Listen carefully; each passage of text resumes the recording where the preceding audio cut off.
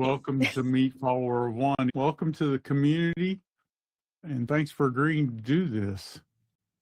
Absolutely, without hesitation.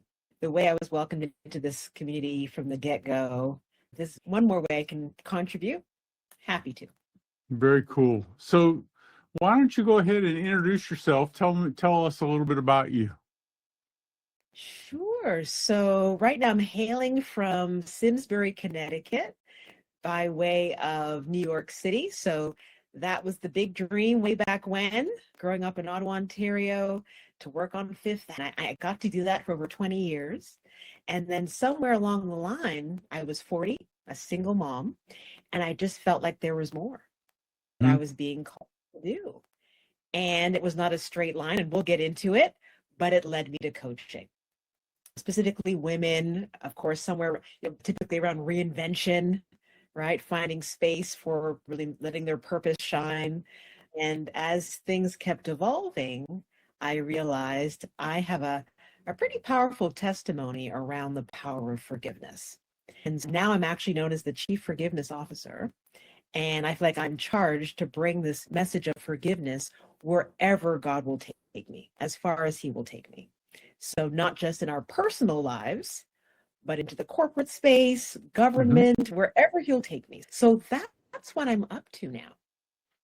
Very cool. So what prompted forgiveness to be the core topic for you?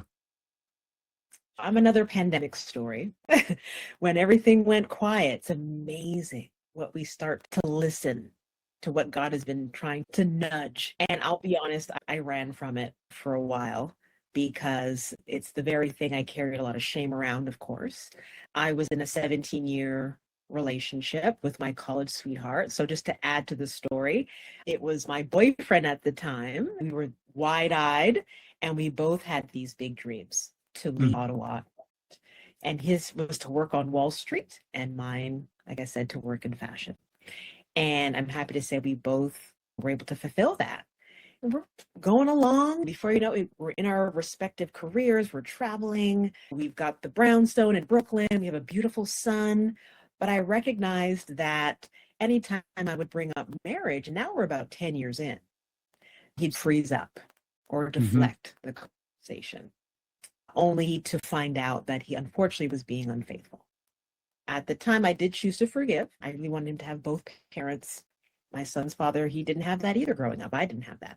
So chose to forgive. He promised it wouldn't happen again. And a few years later, come to find out, secret child. It's already 3 years old at this point. Wow. You can imagine it rocked me to my core. And in the end, I decided to forgive, believe it or not. Blended our families beautifully. My son has a little brother. This little boy didn't ask to come into this world, right? But lo and behold, a few more years later, I get an email from another woman.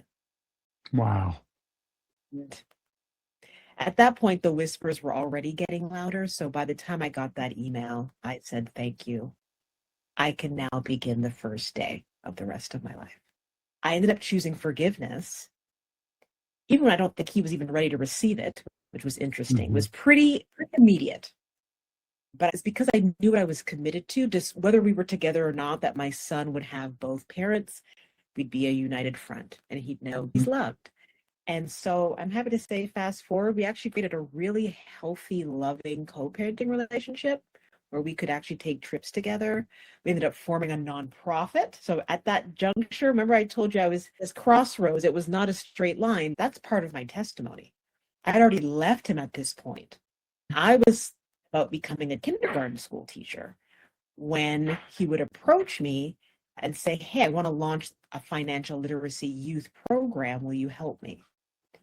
And so I'm like, wow, it's still educating. It's still empowering the next generation, just in a different way. So I'm like, okay, Lord, I have all the plans in the world.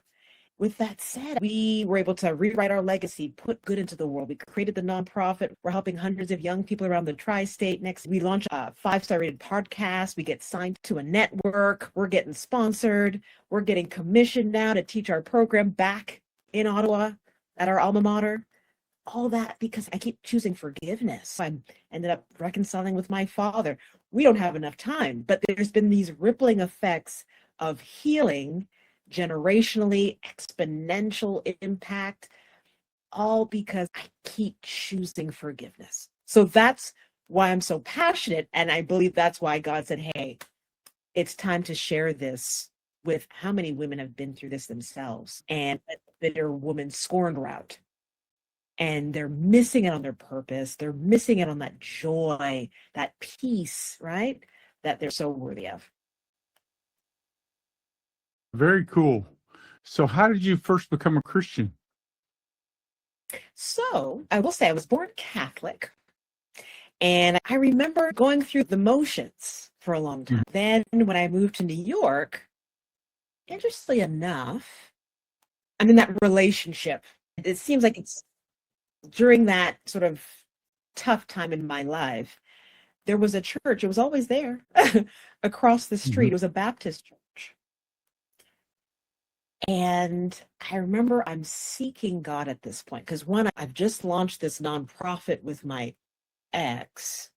I'm still searching for my things. I realized eventually it wasn't my thing. That was his dream. And so I start going to the church across the street. And I remember by the end of each service, I'm in tears. That's what I remember, the beginning of that journey and that seeking something more.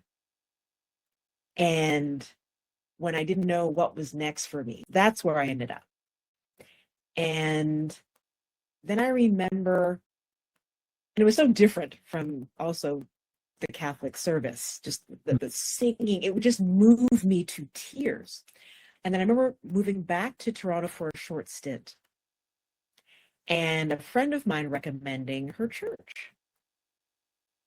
At that time, I was taking a train and 2 buses with my son to get there. Because I loved learning this new way to be with God, which was a relationship. So not that top-down brimstone, but to be in a relationship with him. That was new for me. Ended up coming back to New York, and I remember praying for a man who would take that faith walk with me, that journey with me. I would end up meeting my current husband. And I remember I was still going to church, but not having a church home, right? But it was when I met my husband, he was only going to 1 church. Now I'm going to 2. I went from now not having a church home to now having 2 church homes. One was more of a big in Brooklyn, and the other was more of a smaller grassroots. I loved both for what they gave us. That's when it really became a deeper Christian walk for me, really learning. And then it's when we would move to Connecticut 3 years ago that we would get baptized and I would officially give my life over to Christ publicly together with my, what I believe is my kingdom husband, who I was supposed to end up with. And yeah, the rest is history. Very cool. So how did you and your husband meet? Oh, that's a great story. I'm still working on the nonprofit with my ex, my son's father. I just felt like I needed something for me. I felt like that was his thing. I wanted something. Lo and behold, we are out at a networking event, and this gentleman he walks up to me and says, you know what? I need a champion. I have this nonprofit, and I feel like you could really support in terms of your network, blah, blah, blah. So I said, okay, no problem. As it's just a natural extension of what I do anyways, I'm happy to share what you're up to. It's called the Young Gifted and Black Entrepreneurial Awards. I get invited to the meetings. Next thing you know, I'm part of the committee. And before you know it, I'm doing a lot more than what I originally thought. But it gave me life. It really was giving me what I was looking for, to be a part of something outside of our nonprofit. And it was doing good. I ended up being in charge of the models. So reception of the guests, so getting them signed in, getting to their table, the step and repeat, and then in charge of making sure the models get the right awards to the right person. So at the very beginning of the event, I am the greeter, right? I'm making sure that the flow is flowing and I'm greeting. And so I remember my husband said, it's the way I said hello. At first he walked by, but he said, I have to go back. He says, yes, you looked beautiful. That's all fine and dandy, but there was something about your spirit. So he came back. And at this point, I had just said, I'm done with this dating scene. Like, I'd been out of it for 17 years. This is nuts. This is crazy what's going on up here. So I was just taking a break also. I just wanted to just take care of. But of course, when you're not looking. So when he comes back, I'm in networking mode, exchange business cards. He happens to mention that he's in the financial space. I said, oh, I have a financial literacy nonprofit. But the funniest part is when he handed me his card, he said, I close big deals. And I tried not to, I know it's hard for you guys. You know what I mean? You're trying to figure out what to say. You're nervous. You know what I mean? So I didn't give him a hard time, but I chuckled inside. I said, he didn't just say that, did he? But of course, he did close the biggest deal in his life, right? He did get me in the end, didn't he? But what was fascinating was we may have been having an exchange for no more than 2 minutes. The model doing her job looks at us and says, are you ready to walk over to the step and repeat and take your photo? So she's looking at us like we're a couple already. Yep, just met. So we look at each other. Again, we're strangers. I wouldn't normally just go and take a picture with a stranger, but we look at each other and we go and take the photo. I don't see him for the rest of the night because I'm busy now making sure the models are doing their thing. But we have the picture of the night that we met. And it was almost like it was like a little sneak peek, if you will. But that's how it all began. And memento. Yes. The evidence. Yeah. Yeah, exactly. So tell me what you like most about coaching. Oh, wow. It is the opportunity to see that person across from me start to grab hold of what was already inside them from the beginning. To see them truly stepping into those visions and dreams, them stepping into what they were always equipped to do in the first place. But if I could just give them a little bit of guidance, ask the right questions, and really see them to their fullness. I've had clients also become friends, even sisters in Christ. And I remember one time, she's till this day, she's my best friend on this planet. But I remember how she came to me initially as a client. And to one day, because when she started with me, she lived in New York. She was widowed after 10 years of being a caregiver to her husband and trying to figure out her next. And then I believe it was a year later, she's moved to Atlanta during a pandemic. She found a beautiful place to live, everything she dreamed of. And for me to actually step into the dream was just amazing, with a new role, just to see what's possible with a little bit of support. Yeah. It does it for me every time. That's very cool. So tell us a little bit more about your typical client or your ideal client. Sure. So it's interesting. I just met with one today. She's a potential client, but I'm like, wow, so aligned. So one, she is a high-performing, high-achieving woman. This is my one-on-one client that I'm describing. I do this work in terms of corporate as well. But in terms of my one-on-one client, she's a high-performing, high-achieving woman who already has a lot going on and still wants more, but she still needs healthy ways to balance it all. So she's also balancing that tension of that self-care, finding space for her purpose, etc. Mm. She typically is in this space of reinvention.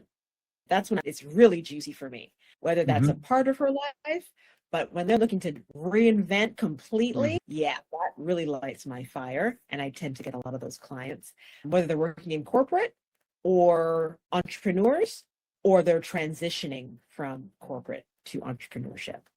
That purpose, stepping into their purpose lane. That's typically my client.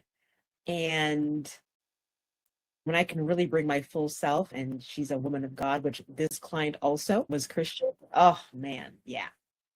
That's 5-star for me. Yeah, that's very cool. Yeah. You've written a book too, right? Yeah. So that's part of the professional side of my commitment to bringing Mhm. forgiveness to the world. There's learning to forgive others, right? Mhm. But what I also found is it can be even more difficult to forgive ourselves, especially as high performing high achievers. So I am a recovering perfectionist. There might be a few on the line here, but as an executive coach, I would say God would give me the opportunity to work with clients around the world, whether they're in the C-suite, on the front lines, that as humans, we're just really hard on ourselves and it's holding us back. And imagine we could apply that level of forgiveness that we are able to give others many times more freely to ourselves. So I kept hearing these recurring themes, right? I'm not going to speak up in a meeting unless I am 155% right, because if I'm wrong, I'm going to beat myself up for weeks on it. So how productive am I? Not to mention, I realized, wait a second, not only are you not as productive, your Mhm. well-being is taking a toll, but then how much gold is the company missing out on?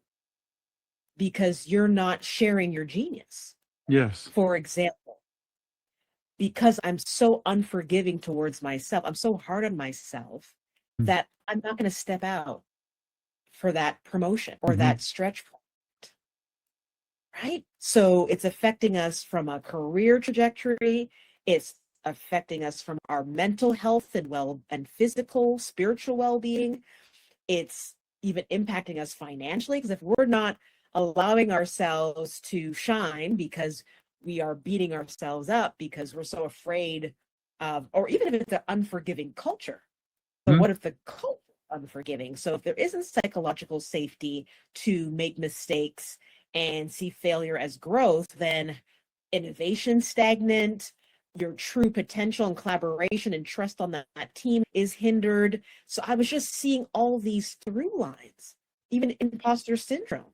I'm not talking about we settle for mediocrity, but I think we can be forgiving of ourselves and others. We can still hold each other accountable, right? And yet, there's something when we can give ourselves grace and compassion.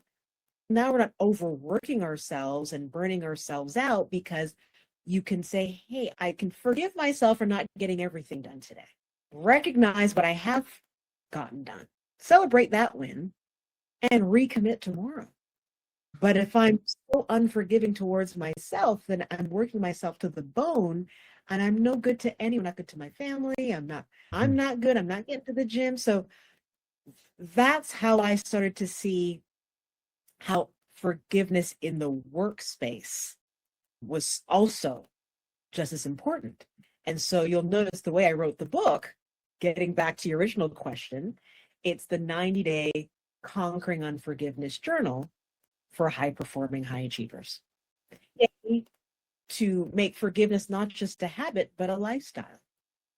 A mindfulness practice where we can slow down and reflect each day, morning and night. Again, for busy high performers, it's 5 minutes. A morning routine in the morning and a night routine with reflective questions. It's gratitude, just reflecting on your day. Where did I forgive? Where didn't I? And what got in the way? Right? So you Yeah. can see how the emotional intelligence, the emotional resilience is inevitable every time you take a moment to slow down and pause and see, okay, where am I reacting, letting my emotions run the show? Yeah. And where I slow down, maybe get a fresh perspective and allow myself to release whatever happened with my colleague or how my boss treated a situation. Yeah. Because one thing I will say is there's always something we can own and always something we can learn. There's something we're supposed to gain in the trials, in the breakdowns, in the betrayals. Believe it or not, there's always something in it for you.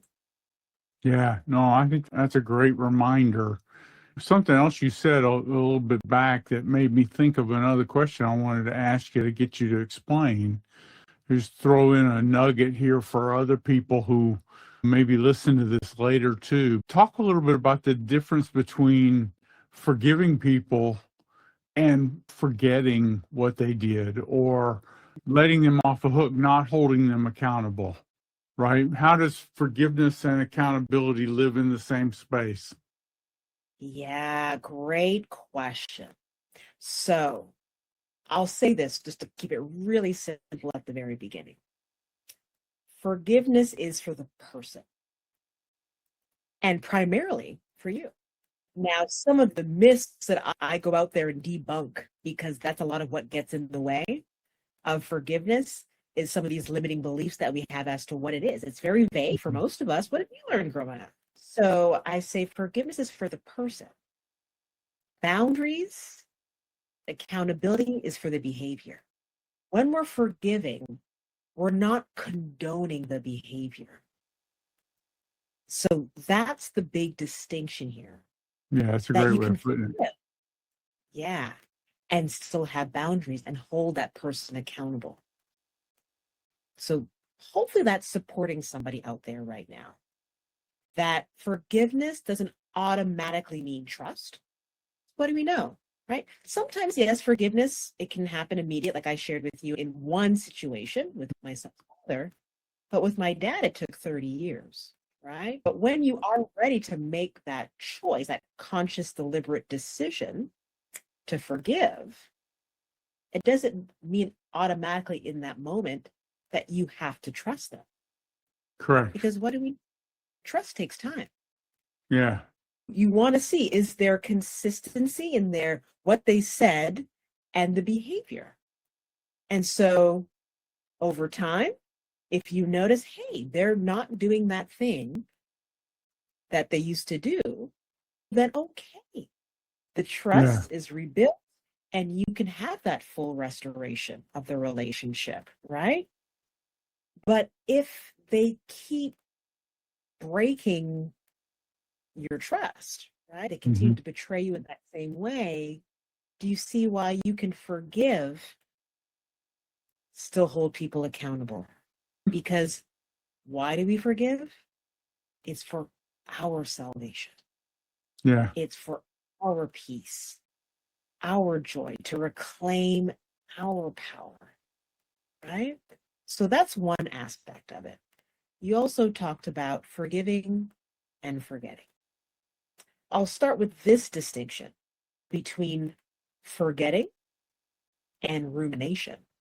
Rumination is when we continue to replay that thing over and over Hmm. and over again. And they say when you do that, it's like you're literally reliving that thing. Even if it happened 8 years ago, your brain doesn't know the difference. Yeah. And it's releasing those same toxins, the bad toxins, to your body, the cortisol level. So when you're holding on to these things for a long period of time, that's why you start to see those physical impacts, those mental impacts, right? Cardiac related, immune system, memory, digestive. You wouldn't believe the things, right? There's even cancer, research to show, right? So I'm digressing a little bit, but just to say that when you are constantly ruminating on that thing, that's not what we want to do. We don't necessarily forget either, because we are supposed to get wisdom. So we don't keep putting ourselves back in the same situation. God says, we're not here to keep score. We're not here to keep record. That's not what we're doing. From a place of wisdom and good discernment is why you can't forget what happened. The other thing I say is that forgiving is a very active process. It's not a feeling.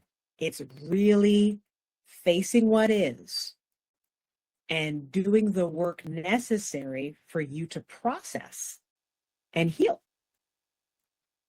Forgetting is passive. That's basically you're trying to compartmentalize, stuff it somewhere. But if you don't take time to have your emotions, they will have you. They will find some other unhealthy way to come out. So that's why we don't forget in that aspect, right? We forgive, work, and we remember so we don't keep putting ourselves back into a less than optimal situation.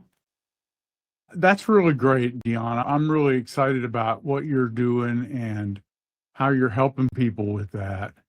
Now, I want to zoom a little bit forward. So how did you find out about Fo1?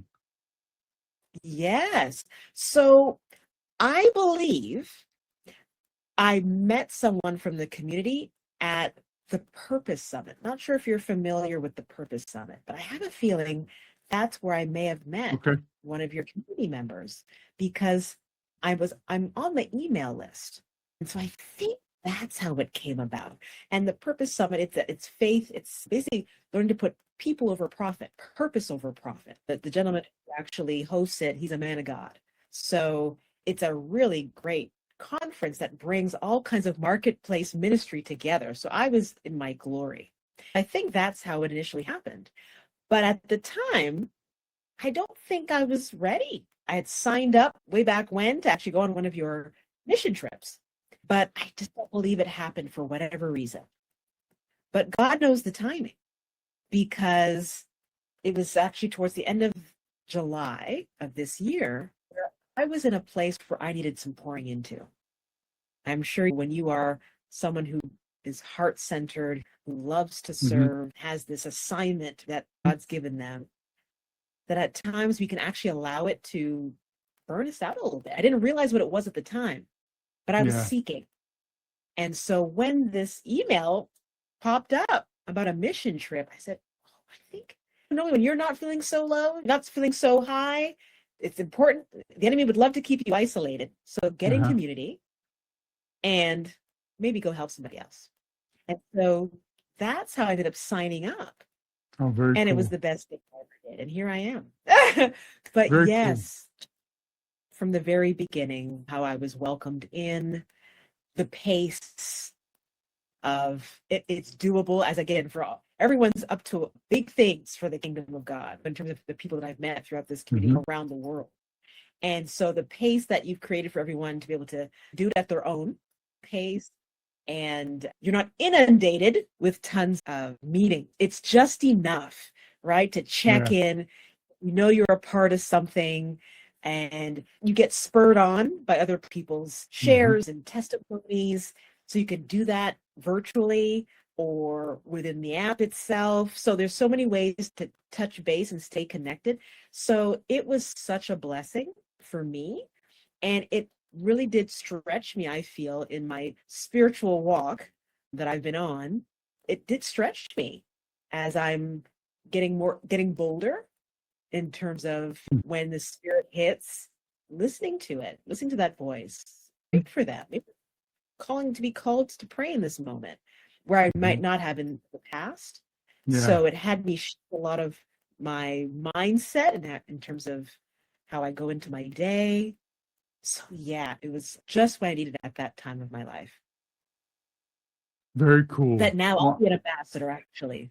Not this next retreat, but I'll be an ambassador in the November retreat. Very cool. Mission.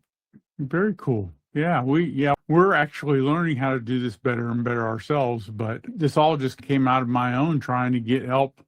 I don't do anything alone. You're talking about your situation. I do almost everything in community or with someone. I'm not very reliable at all by myself. To me, that's what's helpful, is getting other people involved puts us all on the hook. And that's been a blessing to me. I'm grateful for you being a part of this too. Yeah, I'm so honored, and thank you to be part of this community to even have a chance to share my story and even my experience in this way. I'm hoping this might encourage a few other people to want to join this fall. I really appreciate you doing this. For people who are in the community, you can just click on Dionne's face here and send her a message inside our app in this community application. But also, we'll put Dionne's contact information in the show notes, both where we post this on YouTube and when we post this in the community. And that way, people will be able to connect with you. I would love to hear stories of more people connecting. And also, I want to encourage everyone to invite folks. But Dionne, I'm grateful for you being here and for you sharing all this stuff with us today. Thank you very much. Thank you. Thank you for the opportunity. This has been wonderful. And thank you for following what God put on your heart. And how many years later, look at this. Yeah. Thank you. Yeah, I'm really fortunate. We're about to turn 9. It's really interesting how God's been doing this. We've been doing the mission trips for almost 8 years. It'll be 8 at the beginning of next year. Oh. But anyway, thank you so much for doing this. I'm grateful. Thank you. Anytime. Yeah, and for everyone in the community, thanks to those of you who joined today. We want to get in a better routine of doing this almost every Tuesday. Or if we need to find another time, Chris, maybe we need to start trying some different times out and seeing when we get more folks on here. But to me, it's exciting because the community becomes powerful as we just get to know one another and we start leveraging the strengths and the passions and the interests of our friends to help us become the kind of people we want to be. And I think that's why God gives us to each other. This is a great community for me because it's for people who want to do more with their faith. And that's exactly what I want. I'm blessed by this, and I'm blessed by people like Dionne taking part in this. So if you're interested in being on Meet Follower of One, please let Chris Castro know. And if you're interested in coaching or anything about forgiveness, please reach out to Dionne and get in connection with her. Get this journal that she has. I probably need to reflect more on forgiveness myself. So I'm going to take a look at that as well. And I'm grateful for you doing this, Dionne. Thanks again. And thanks to everyone who joined us today. Remember, what we do because we follow Jesus matters forever. And so I'm grateful that you're in this community and we're living this out. Thanks very much. See ya. Amen. Bye.